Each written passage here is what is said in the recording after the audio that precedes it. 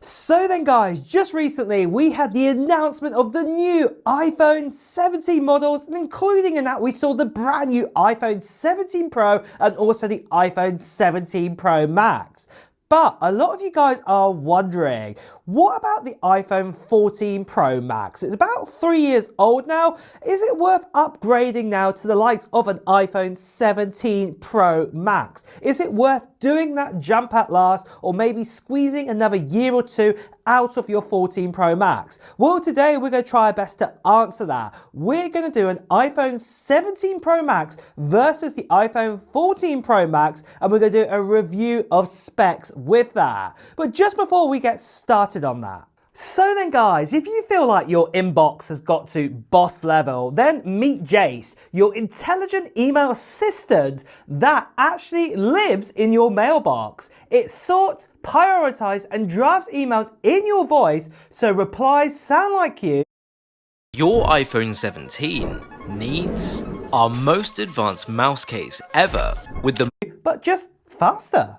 Need to book a meeting? Jace checks your calendar rules, proposes times, and handles the back and forth for you. Research to do? Well, Jace can search the web, pull in the key points, and cite the sources. Are you drowning in attachment? Well, it reads PDFs, decks, and docs, answers questions about them, and keeps everything super tidy. It also plugs into the tools that you already use, like Google Drives for docs and sheets, so emails, files, and tasks stay always organized. Think of Jace as your personal AI assistant that if you're ready to stop living in your inbox and get back to meaningful work, check out Jace with all the details that are in the description of Pro Max versus the iPhone 17 Pro Max. So then guys, with that out of the way guys, let's now get started then on this review comparison of the iPhone 14 Pro Max versus the iPhone 17 Pro Max. So then guys, what we have right here is we have the iPhone 14 Pro Max on the left side, and we have the likes of the iPhone 17 Pro Max on the right side for this complete technical specifications analysis, as we like to say it here, or that review of comparisons of the actual specs.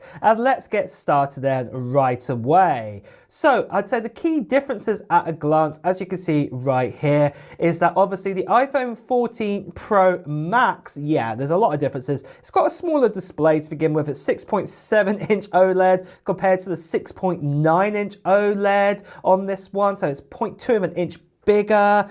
We've also got the old stainless steel frame and glass. It was the last one to actually have that, and now we've gone back to the aluminum and glass, or aluminium and glass this time round. We also had the older A16 Bionic inside of it, and now we actually have the A19 Pro chip inside, which is definitely a lot faster, as you will see later on. And then the RAM, for example, 6 gigabytes in the iPhone 14 Pro Max. We are double that now. We've got 12 gigabytes of RAM inside the likes of the iPhone 17 Pro Max. So that is a lot there.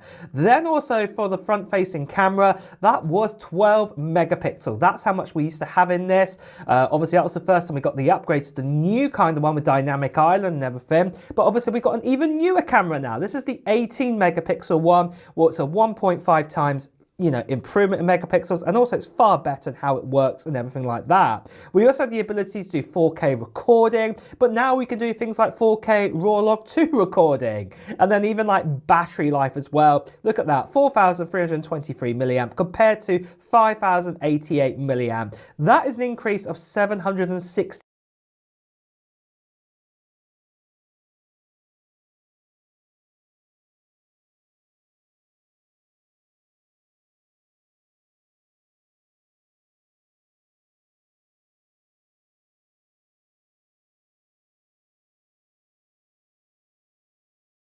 65 milliamps here. And like we said, the iPhone 17 Pro Max brings significant upgrades across performance, camera, and display technology as we will go further onto this. And in fact, with that, let's talk about the display and screen technology further in depth here. So like I did say, we had the 6.7 inch display. We now have the 6.9 inch display. One of the main reasons behind this is that the actual 17 Pro Max is ever so slightly larger, but also the bezels around the screen are actually thinner as as well, that black border, and that's what helps to get up to 6.9 inches too. So yeah, it's really, really good we have that. Both these phones actually have a very similar ProMotion display inside of them. So this goes from 1 Hz up to 120 Hz. But one of the key differences is to do with brightness. We've only got 2000 nits of brightness on the iPhone 14 Pro Max, whereas with the iPhone 17 Pro Max, this is a 3000 nits brightness. This is far more superior. So when you're out and about and bright light shining down on your phone, this is going to help out even artificial light. It's going to be really great. And then the material holding all of this together is the stainless steel and glass compared to the aluminum and glass. So yeah, in summary, we still have a brilliant OLED display. We do have a 50% bright display, and we still do have 120 Hz Pro Motion. But yeah, it's definitely going to be great outdoors using that display. But moving on then to the build materials and the construction here.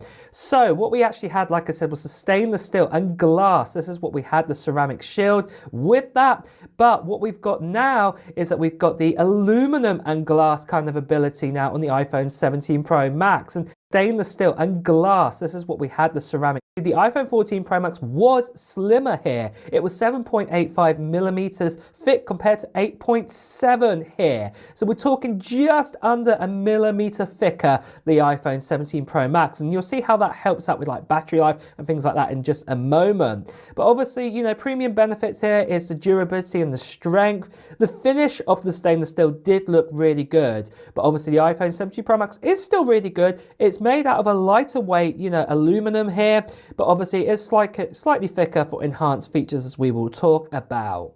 But moving on then for performance and processing power, and this is where we have some massive changes here. We have that next generation chip architecture and memory too. We used to have the A16 Bionic in the iPhone 14 Pro Max, and that was a great chip when it came out, and it was paired up with 6 gigabytes of RAM. And in that A16 we had that 6-core CPU, it was 4 efficiency cores, 2 performance cores, and we also had a 5-core GPU. Whereas with the A19 Pro, well, that still does have a 6-core CPU, same setup, the 4 efficiencies and 2 performance, but we now have 6 GPU cores, and then obviously we have extra cache now on those cores, and then we also have that new, it is 12 gigabytes of RAM compared to 6 gigabytes, so it's far better.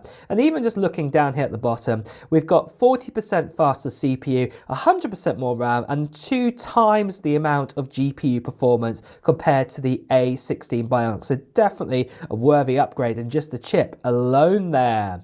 But then moving on then to professional photography. Now obviously the front-facing camera is 12 megapixel compared to the 18 megapixel now. So this is even sharper, but obviously you can do all those abilities where you can have it in landscape or portrait, even just holding your phone still in a portrait mode. This is really great on the 17 Pro Max. Whereas for the 14 Pro Max as well, we have the telephoto, what's still a 12 megapixel on here. And do remember, we could only go up to about, I think it was about a 3 times or 3.5 times zoom capability on the iPhone 14 Pro Max. This is way better now, where we can actually go up to 8 times on this. And even the telephoto megapixels, 48 megapixels. It's 4 times the amount we had before on the 12 megapixel. So this is definitely a better camera system.